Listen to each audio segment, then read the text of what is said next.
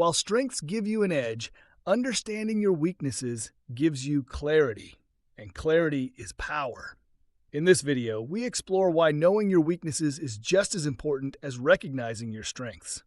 When done right, identifying weaknesses can sharpen your focus, reduce risk, and create opportunities for growth. Weaknesses are internal limitations that hold you back. They might be skill gaps, outdated systems, inconsistent processes, poor communication, low morale, or unclear leadership. These aren't always obvious or easy to admit, but ignoring them can be costly.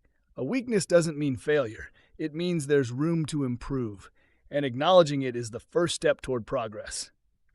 So why is it powerful to know your weaknesses? First, it keeps you from making blind decisions. Too often, businesses and individuals charge ahead with big plans without considering what might hold them back. When you know your weaknesses, you can plan for them. You can set guardrails, bring in outside help, or avoid overcommitting in areas where you're vulnerable. Second, knowing your weaknesses builds credibility. Leaders who are honest about their limitations earn more trust. Teams that openly discuss gaps tend to solve problems faster and work more collaboratively. Pretending to be perfect only hides issues. It doesn't fix them. Another key benefit, it fuels growth.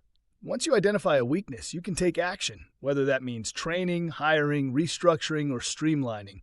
You stop guessing and start improving. And over time, some of your greatest strengths may come from areas where you once struggled.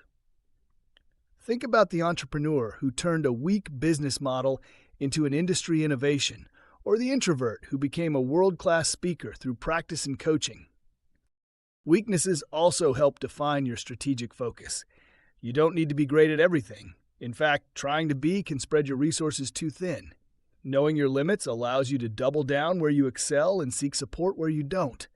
That's smart strategy, not a flaw. So how do you identify your weaknesses? Start with data. Look at customer complaints, team feedback, project delays, or performance metrics. Where do you consistently fall short? Then look at patterns. Are there recurring issues in your processes, culture, or communication? Next, get input from others. Honest feedback from employees, peers, or mentors can reveal blind spots you've missed. It also helps to reframe the idea of weakness.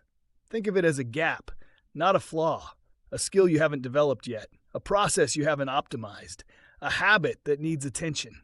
When you take the emotion out of it, you can analyze weaknesses more clearly and take action without defensiveness.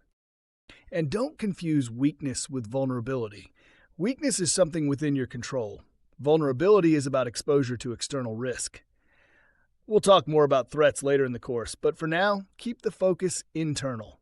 Weaknesses are what you can change. In a world that values confidence, it's easy to ignore or downplay your weaknesses. But the most successful people in organizations don't hide from them. They use them. They confront them, learn from them, and improve because of them. When you bring your weaknesses into the light, you don't just fix problems. You unlock potential. In the next few videos, we'll look at how to dig deeper into organizational weaknesses and what to do once you've identified them. But remember this. Self-awareness is strength, and knowing your weaknesses is the smartest way to grow.